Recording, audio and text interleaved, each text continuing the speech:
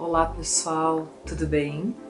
Há um tempinho atrás eu abri uma caixa de perguntas no meu perfil pessoal do Instagram, querendo saber o que a maioria das pessoas que me seguem lá gostariam de ver, eu postar mais, né? E como eu postei bastante coisa sobre as semanas de moda, o meu olhar, falando sobre tendência, o que estava em alta ou não, muitas pessoas colocaram essa na caixinha de pergunta pedindo para eu fazer mais explicações ou vídeos ou fotos, enfim, explicando um pouco mais sobre a tendência, né? Como transpor aquilo que a gente vê na passarela para a vida real, né? E como linkar isso também na moda noiva em festa. Então eu resolvi fazer 3 vídeos para o meu IGTV e canal do YouTube, falando sobre tendências em 3 etapas, né? Primeiro como elas surgem, depois como transpor isso para a nossa vida real e como linkar isso no moda noiva e festa. Então eu espero que vocês gostem e vamos começar.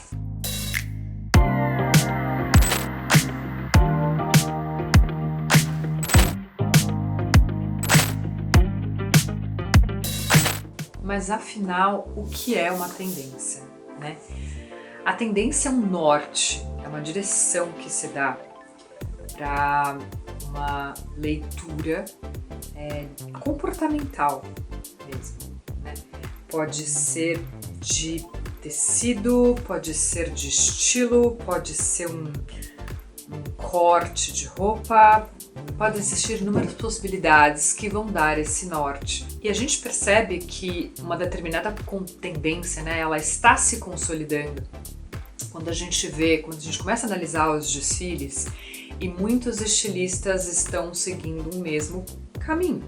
Então, por exemplo, há 1000 anos atrás, né, vamos falar em anos 2000, se usava cintura baixa. Nos 90, nos 2000, se usava cintura baixa.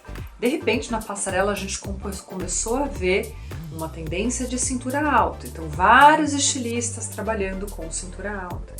E isso vai se consolidando, vai caindo, né, no gosto das pessoas, vai caindo no comportamento das pessoas, até chegar nas fast fashions. Enfim, a gente vê que aquilo mesmo se consolidou. Antigamente, você assistia um desfile de moda, só dali a uma semana você ia olhar nas revistas o que estava acontecendo nos jornais, enfim.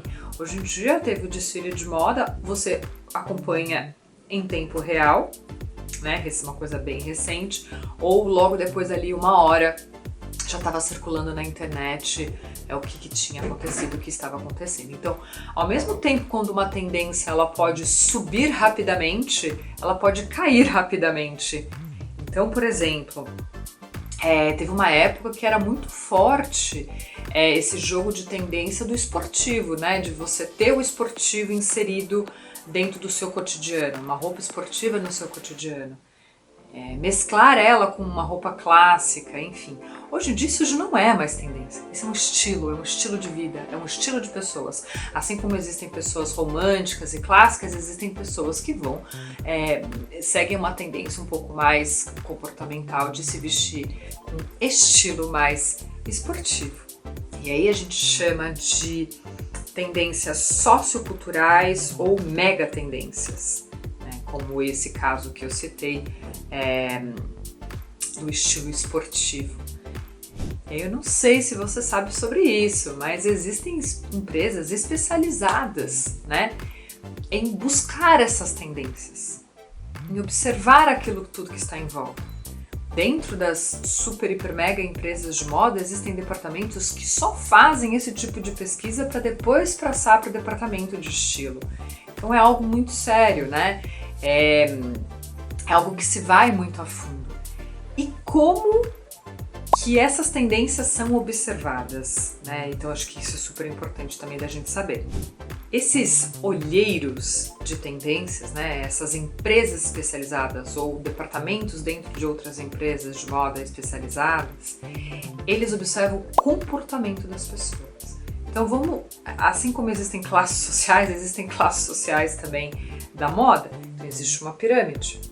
Quem está nesse topo da pirâmide são as pessoas vanguardistas, aquelas que enxergam lá na frente aquilo que as pessoas querem começar a ver. Então, por exemplo, na minha época, né, na minha adolescência, que foi o anos 2000, minha adolescência, eu olhava os anos 70, 80, 60, era vintage pra mim. Recentemente eu até assisti uma série no Netflix, aonde mãe e filha, com pouca diferença de idade, que a mãe foi jovem, né, foi uma mãe adolescente, a filha foi numa festa fantasia e falou pra mãe assim: mãe, eu vou de Britney Spears, porque eu tô procurando uma coisa bem vintage. Oi, tudo bom? A Britney Spears fez parte da minha pré-adolescência e início de adolescência, então, tipo, a gente vê esse tipo de comportamento, né? Então, essas pessoas vanguardistas, elas começam a ver, pô, que legal, olha como o pessoal usava essa calça jeans baixa, puta, olha esse tênis, que legal. E essas pessoas vanguardistas, elas são observadas por essas empresas que buscam tendência, enfim, que é extremamente comportamental. E onde que tá isso? Nas ruas. As ruas ditam moda. E principalmente essas pessoas que estão no topo da pirâmide. Essa pessoa, ela ditou a moda, o comportamental, ela tá dentro de um nicho, ela tá dentro de um grupo, e aquilo vai descendo, e tá descendo até chegar na base da pirâmide, que aí a galera toda tá usando, que chega nas fast fashions, e isso se espalha com muito mais facilidade. E a gente teve uma coisa muito forte nisso de ditar tendências em 2020. Você imagina que sempre uma coleção ela é preparada um ano antes daquilo que vai ser mostrado na passarela ou vai chegar nas lojas, enfim. E aí, chega 2020, início de 2020, de repente todo mundo trancado em casa, uma pandemia gigantesca, como que ia ser, né? Enfim. E aí começou-se a ver que aquilo tudo que tinha sido criado ia cair por água abaixo. Por quê? Porque as pessoas estavam dentro de casa.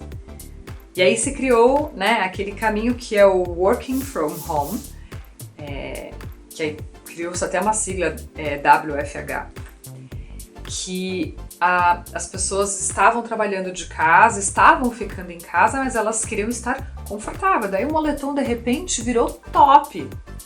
E aí os olheiros estavam atentos a isso também, a esse comportamento. De repente as marcas correram para poder criar esse mood aí que estava pipocando. Aos poucos, quando as pessoas foram saindo de casa, esse estilo você foi vendo ele na rua. A Vogue americana chegou a fazer vários editoriais, pegou os seus editores que estavam trabalhando de casa e malharam nesse assunto do work from home, como estar confortável, mais linda e maravilhosa. E aí a gente começa a falar sobre moda e sobre tendência, e eu escuto uns murmurinhos das pessoas falando: mas isso daí, com tudo que a gente está vivendo, ou tantas outras coisas acontecendo no mundo, isso parece tão supérfluo. Só que eu não enxergo a moda assim. Desde que eu escolhi, né? Desde que eu escolhi esse caminho, o que eu enxergo da moda é que a moda é arte. A moda é comportamento, né?